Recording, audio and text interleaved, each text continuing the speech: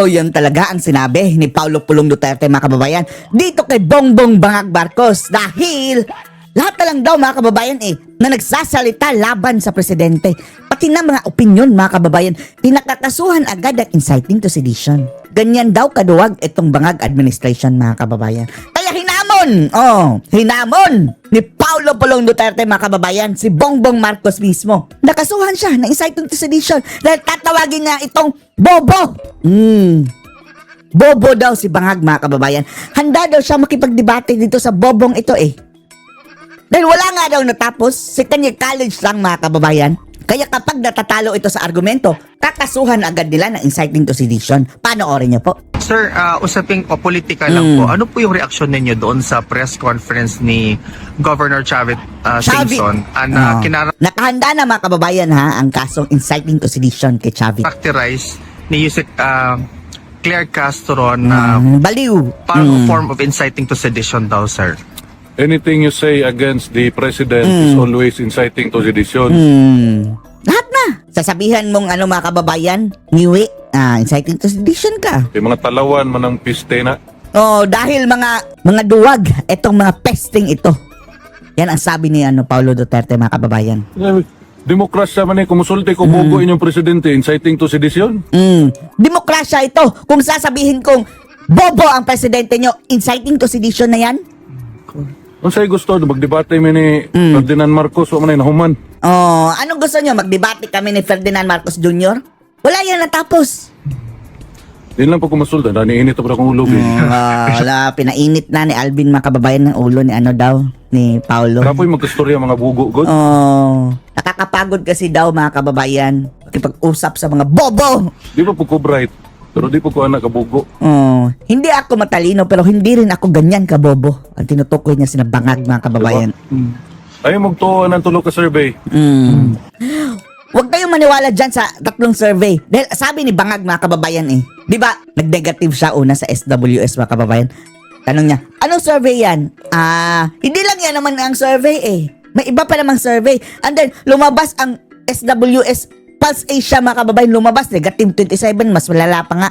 Tapos, lumabas din ang Publicus, negative, basta 20 plus. Napaka-negative na, mga kababayan talaga. Tapos sabihin niya, hindi lang daw yan ang survey. Aantayin nila, mga kababayan, yung Okta Research. Nako. Mga bangag na rin, mga kababayan. At yung RP Mission. Yun ang survey ng mga bangag. Wala na ikuhain ninyong base, ay magtuo. Sulti man si Bangag nga ay magtuo ng isa ka survey. Tingnan niyo na lang daw yung tatlong survey, mga kababayan. Yung sunod-sunod na negative niya. Yan na lang daw ang basehan ninyo. Dahil ang sabi ni Bangag, huwag daw kayong maniwala sa isang survey lang. Ito tatlo na! Karon ay magtuo ng tulo ka survey. Ngayon, kung hindi kayo maniniwala sa tatlong survey, magtuo nga nangawat sila sa... Huwag din na kayong maniwala na nagnakaw sila Marcos kung hindi kayo naniniwala sa tatlong survey. Kabans, gobyerno, ay magtuo na tanan.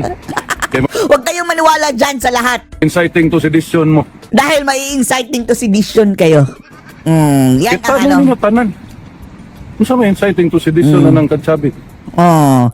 Nung sinabi ni Chavit, mga kababayan, na naghahayag lang siya ng sentimento sa nangyayaring kurakutan sa bansang ito.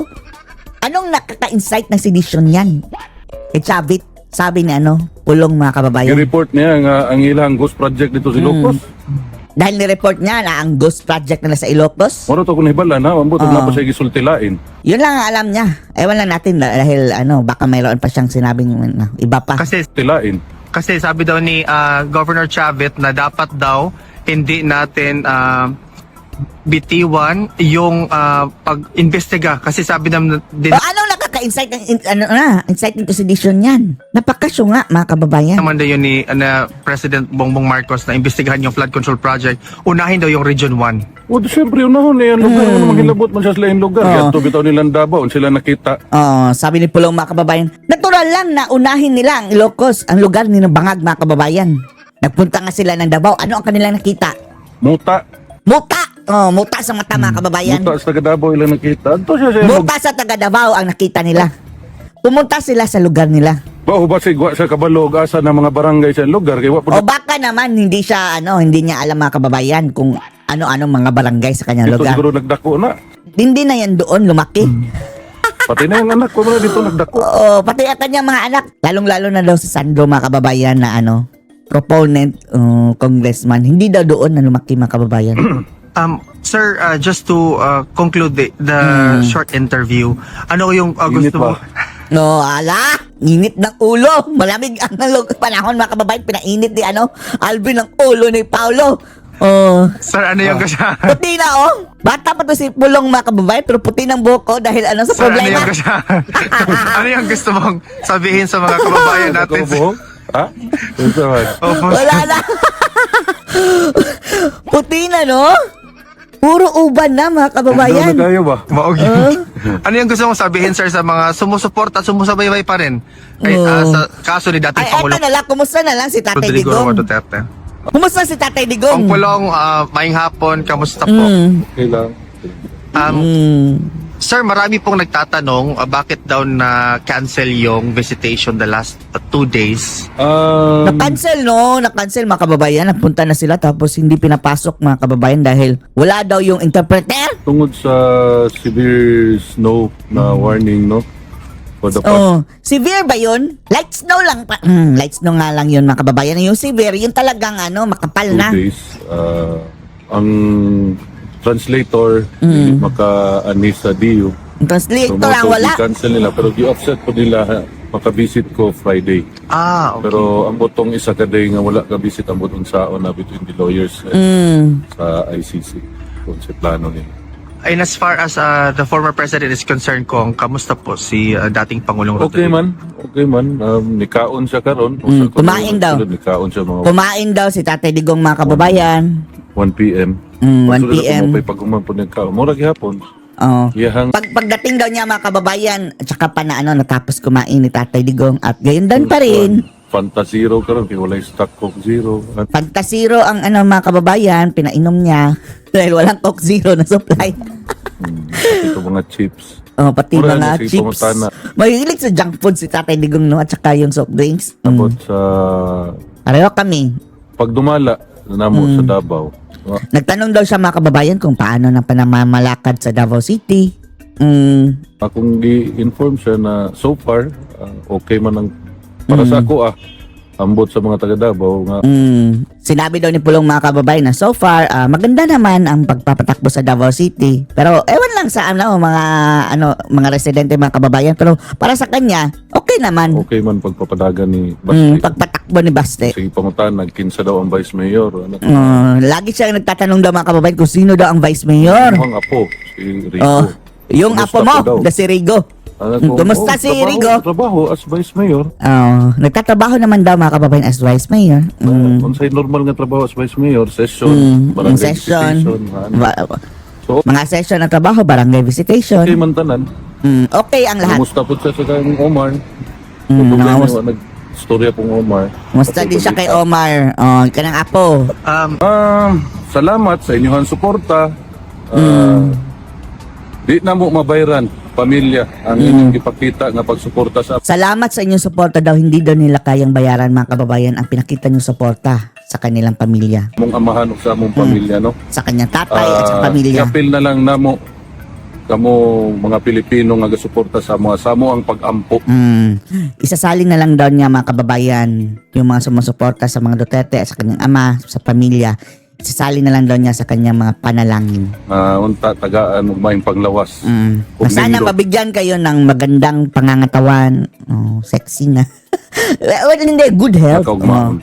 At magandang kinabukasan. Daghang salamat. Maraming Kong, mabuhay salamat. kayo. Salamat. Mabuhay kong I want to polong. comment also on Sa bangag.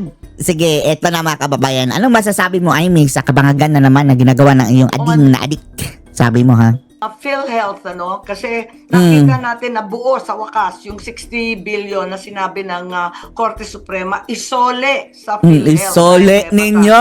Ang nangangamba dito sa tinatawag natin na the keenness, the eagerness. Isole, ha? Hindi sinabing, mga kababayan, na kunin nyo sa kaban ng bayan. Kung saan nyo inilagay, kunin nyo doon. Wala na, nagastos na. Napunta na sa mga buhaya, mga kababayan. of the national government to gouge the government Gouge, government. corporations. Mm. Parang parating sinasabi may excess revenue, excess funds. Diyos ko Lord, may excess revenue ba tayo? PhilHealth. Yun ang dahilan nun. Wala. Pagkatapos nun, yung PDIC, nangangalan ng mga bangko, kasi Insurance lang, 107 inunan. billion na naman ang kinuha. Tapos pa, Bilyones, ha? itatag yung Maharlika, di Unaan na saan na ang Maharlika Fund ng iyong pamangkin na si Chariz? yung DBP at LBP nagpasaklolo kasi Mm. nakuhanan sila na napakalaking pera. Grabe. Tagilid turoy. Ninakawan. Tagilid na mga kababayan, kagaya ng mukha ni Percival. Kine-question sila. Ganon din yung GSIS na ginagamit sa Oh. napaka-questionable na mga investment. Grabe, Puno. ang huhudas. Alter Energy, DG Plus, Lord. Nissin, kung ano-ano, Nissin. Parang ano bang ginagawa nila sa ating GOCC? Bakit atat na kunin to na ito na lamang ang kumbaga Hoy, Aimee, maglabas ka daw ng ebidensya na video on audio or something, medical records na nagpapatunay na addict talaga si BBM dahil yung ilan mga kababayan ay parang nagbulag-bulagan. Parang tanggap na mga kababayan na di baling addict ganyan. mga korporasyon na Palagi nilang sinasabi lalo na si Claire Castro na piki daw mga kababayan dahil nag-negative na daw noong nakarang eleksyon dahil nagpa-test na daw siya ng 2 minutes lang tinest ha.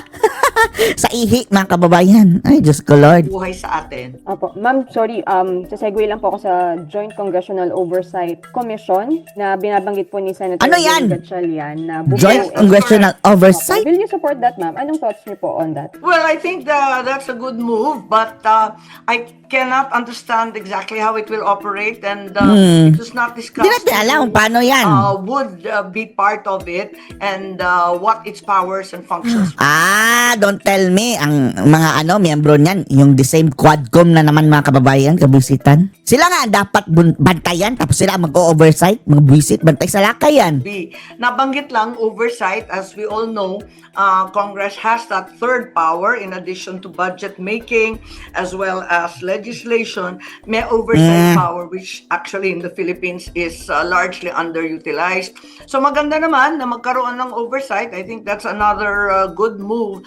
But we have to be very, very specific and strategic. Baka ang ilagay na naman dyan si Risa Hontiveros, mga kababayan, na may flood control, sila Percival, sina Dilima, Diyos ko, sina Diokno. Ang mga, ay nako, mga kahudasan. About its use. Mamaya, mauwi na naman yan sa katutak na investigasyon sa flood control. Nonsense. Sa katutak na organisasyon. May task Sa mga force of public Duterte. works, nagkaroon ng Kakalkal na naman mga kababayan ang tungkol kay Sara. din sa Ay Contractors nako. Association, nagkaroon ng ICI, may Blue Ribbon, may House Investigation, may CIDG, kung ano-anong investigasyon, wala naman nakukulong. Kaya, Bangag eto nga, nauwi tayo Bangag ang sa napakaliliit. alam na sino. Mga dilis, dulong, sardinas lang ang nakukulong. Yung big fish ay talagang nananatiling malaya pa rin. Yan ang mahirap yung oversight. Sana, totoong oversight. Ay wala Ma'am, natin last kung totoo question nga bang po. oversight na yan. Sabi po ni Sen Win kahapon, hindi po nila napag-usapan yung impeachment, puro budgetary requirements lang po and impact to the people. Your reaction lang din po, Sen. Oo naman, napipilitan lang ako at talagang maging malisyoso. Wala tayong tiwala dyan kay Gatchalian din mga kababayan Dahil isa yan sa nagboto mga kababayan na, di ba 5 lang sila na Grace po dati, 19 Congress na ituloy ang impeachment ni Ang Sara. totoo, hindi naman talaga napag-usapan sa budget. Wala naman talaga kasi nagbubunuan pa kami sa BICAM tungkol sa iba't ibang projects and programs sa budget. Pero nung nakita ko, eto nga, ng mga gilingan ng baboy. Gilingan! ayun na, yung mga napakaraming Giniling! lobo, ang laki-laki, more than twice the amount that was stipulated by the President in the NAP. Pagkatapos, nakita ko yung mga farm-to-market road, tapos yung kung ano-ano talaga napakarami at yung kinakaltasan napakahalaga. Para sa akin, wala itong uuwian kundi politika. It's a very political budget to my mind and there's not many does not make an investment for future development. Ma'am, magdadalawang buwan na kasing hindi pumapasok si Senator Bato de la Rosa. Oh, tapos ano na mga kababayan, iinitan na lang si Bato. Gusto daw nilang mga kababayan, yung mga kakampi ng mga bangag, ipapakulong na nila si Bato, ipapakontempt nila sa korte mga kababayan dyan sa Senado. Dahil hindi daw nagpapakita. Sige! Meron po ba kayong balita tungkol sa... Nung dati, nung umpisa, talagang nagte-text pa yun sumasagot pa Pero ngayon, hindi Ano sabi niya? sumasagot. Nate-trace daw yata Mm. ang mga... Nag-wig daw si Batong mga kababayan. Oh. Di ba?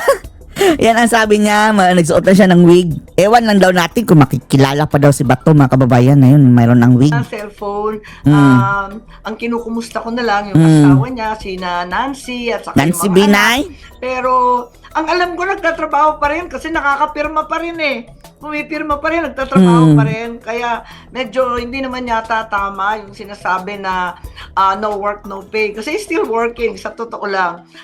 Ang akin lamang, bakit announce na meron ng warrant? Parang Tinatakot. yung tao. Mm. Kung may warrant na, iserve na. Bakit Serve now. Ano bang timing ang inaasahan? Tingin niyo, ma'am, ano yung motive? Bakit kung may warrant itinatago ng ombudsman Nananakot para mga kababayan. Parang ginugood time lang si Bato. ng DOJ? Hindi ko nga maintindihan parang tinatakot Tripping yan ng mga addict mga kababayan. Tripping. Tripping ng bangag. Maintindihan dahil sinasabi ni Ombudsman Remulla na yung warrant nandyan na. Samantalang yung kapatid niya, si Secretary John Vic, ang sinasabi wala naman daw sa kanila at sa pulis ang warrant. Ano ba talaga kung kayo Pag kang magpakita, mamaya ka lang magpakita Bato sa pag baba na ni Bangag. Wala na yung bangag na bangag dyan. hindi magkaisa at panay ang announce ninyo ng paiba-iba, dapat ilabas na yan. Hindi ko talaga maintindihan ano yung inaantay. Nang-good time. Yun lang po yung tanong ko. Thank you po. I'm not sure why they're dangling this like a Damocles sword over Senator Bato de la Rosa. I think it's unfair, and if the warrant is actually there, it should be issued, it should be served and responded to by the lawyers. Salamat po. Ma'am, ang susunod po si Ann ng Brigada. Hi, Ann. Sorry, hindi tayo natuloy kanina. Go lang po, ma'am. Good morning po, Sen. Sen, tanong ko lang po, given na tinatawag nyo nga po na giniling at pinira-piraso itong budget, ano po Giniling! yung parang na-foresee nyo na possible na mangyari dito sa 2026 natin? Kung i-encapsulate din nyo siya sa one word. Kurakot din. Well, Exact word ba kababayan? Mga giniling, pero baboy pa rin. Ang Baboy. akin lamang, talagang very political budget nga siya Mm. dahil it provides so much ayuda in very, very curious cases. Kaya nga, To my no? mind, talagang kailangan ng ayuda. Puro Sa ayuda may po. sakit, sana linagay na lang sa ospital. Oo. Talagang kailangan ng tulong pag nasalanta ng bagyo, lindol, at putok ng bulkan. Pero hindi naman... Ngayon mga kababayan, pumutok ang mayon. Si Bangag nagpaputok din. Kung Daks ko Lord. saan. At kahit may special provision, kasi sabi doon may special provision, ang politiko at mga legislators hindi maaring makialam sa distribution.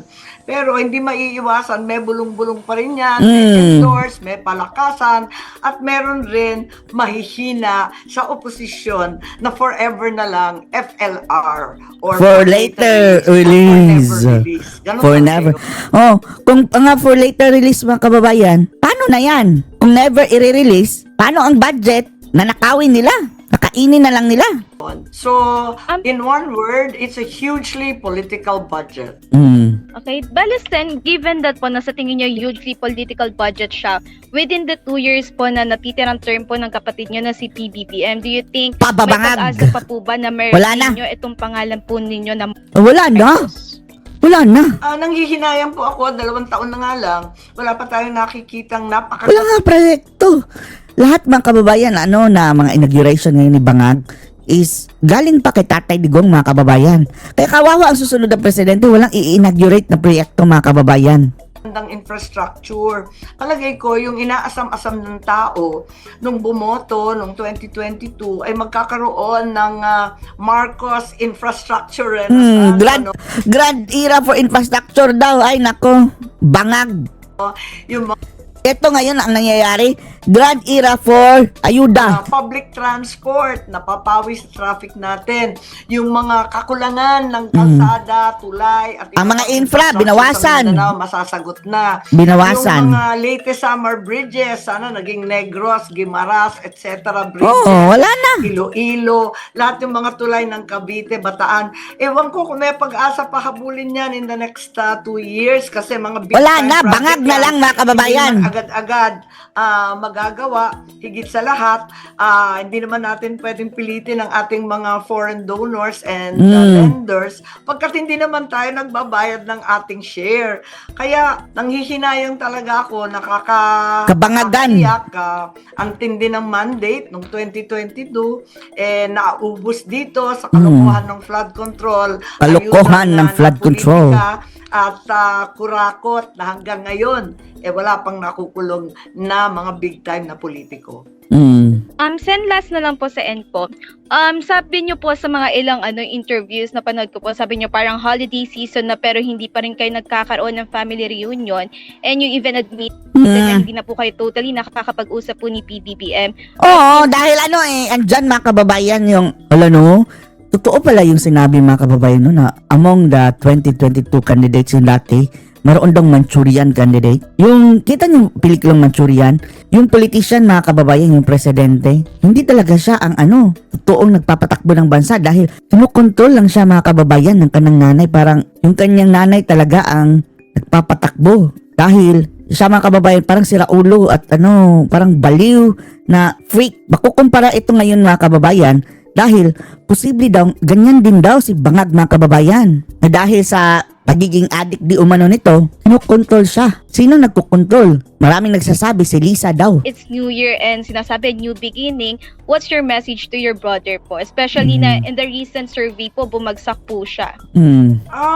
Bagsak to the max. Marcos is Ano bang message pa? Kasi talagang matagal na rin ng ganyan sa pamilya. Medyo malungkot nga, pero binibisita ko naman yung nanay ko. Okay naman yung nanay ko, 96 years old, matibay.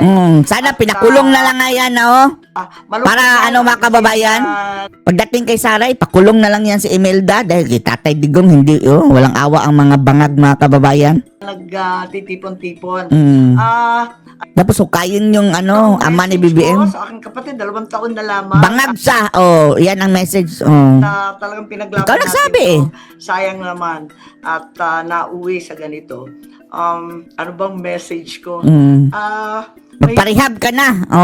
Resign. Yan ang mensahe na nararapat. hirap magpadala ng message Hindi masyado Hindi nakikinig, no? For what pa ang message? nakikinig. Walang naririnig ka kapag ayaw marinig. Pero Sen, may plan po ba kayo na mag-initiate ng pakikipag-usap sa kanya personally para makausap For niyo what? po siya since Para sabi niyo nga ke? Para saan pa? po 2 years na lang yung remaining at nakakapanghinayang din. Ay, hindi. Mahirap na kasi iba na kasi sa palasyo ngayon. Maraming naghahari doon. Hindi ka talaga makapasok. Naghahari. At ang sabi, ikaw nga nagsabi, na bumabatak sila sa palasyo. Kahit makakausap mo siya, talaga iba yung nasusunod. Thank you po, Sen. Next na po ata si Ma'am Celi po. Sorry, wala akong masagot na maayos, no? kasi dinided man naman tayo. Ma'am, may follow-up lang ako, may ka-clarify lang ako. Na-mention nyo kanina na may info kayo na by February, pwedeng makasuhan na sina Senator Jinggoy, Senator Joel, Hindi, former January Senator Bong. Jinggoy? Yun yung date Ang nakita kong date doon sa draft, January 15 daw. So ilang araw na lang, ipa-file na yun. Ilan na day after tomorrow ba? Sige. Wala tayong pakialam dyan kina Jinggoy mga kababayan. Ayun, next week pala. Parang So may draft ng kaso. Oo. May draft ng parang- kaso against them. Yeah, January 15. So, ma'am, sinasabi. Bakit dininayan Bayang Remulla? Okay. So ma'am, dahil kasamahan nyo sa minority, Senator Jinggoy and Senator Joel, napag-usapan nyo ba ito? Na-mention nyo ito sa kanila? Oo, nasabi ko naman, hindi ko alam kasi ang pagkaintindi ko, Dati pa man talagang nagkukonsulta na sila sa abogado nila at nakita naman natin sumagot na si Senator Joel, ano? Kaya alam na rin nila, talagang pinaghahandaan nila. Tapos, Sige, kasuhanin yun niyo nga, yan. Yung mga Yan, pananakot yan mga kababayan. Dahil gusto nilang makakuha ng numero sa impeachment ni Sara Duterte. Hindi pa rin makukulong yan. Makukulong yan kung magmamatigas yan mga kababayan at sasabihin nilang, hindi namin i-impeach si Sara. kongresista. Si Bato wala na Ayaw nang magpakita mga kababayan, so wala nang boto. Si Bongo isusunod nila. Si Marcoleta isusunod din nila sa Sose. Wala, ubos ang Duterte supporter. Ang balita ko, at pinatawag na rin nung 2 months ago pa si dating Senator Bong Revilla. Grabe nga nakakalungkot. Wala kami paki dyan kay Bong, hindi na yan senador Bakit? Mga senador ang pinunteriya, alam naman natin. Basta Si balustos, Bonjing, wala, Speaker's office ang pinagmula ng flood control. Wala. Bakit nalihis ng ganito? Mhm. So, ma'am, sabi nga ni Senator Ping, dapat hindi selective yung paghain ng kaso. Ay, isa pa yung buang na yan mga kababayan. So, sa mga involved sa flood control Bumula. anomalies, kahit Yung pa mga bunga malapit nga sa yan, Pangulo, Lacson, bumubula. talagang involved, dapat kasuhan. So, sa tingin nyo nga, parang nagiging selective. Pero sa totoo lang, nag-give up na ako dito sa flood control investigation. Mula nung tinanggal si Senator Marcoleta, pinipigil naman kami talaga na wag aakyat hanggang sa mabababang position lamang ng DPWH, hanggang sa mga kontratistang pinag-utusan. Mga big time, ayaw banggitin, pinagbabawalan kami. Tapos na yung 1 minute mo, yung 10 minutes mo. Puros ganon.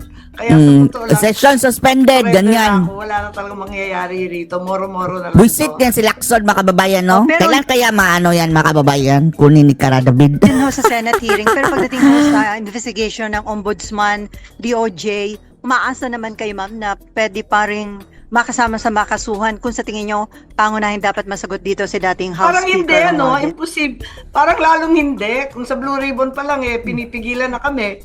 Mas lalo sa ICI, nag-resign na lahat ng member. Wala pa rin ba? Nag-resign na lahat. Na, at testimonya na. Wala pa rin. Pag Nagsasaya lang, mga kababayan, ang ginawa ni Bangag, delaying tactic lang yun mga kababayan. Dahil walang kwenta mga kababayan.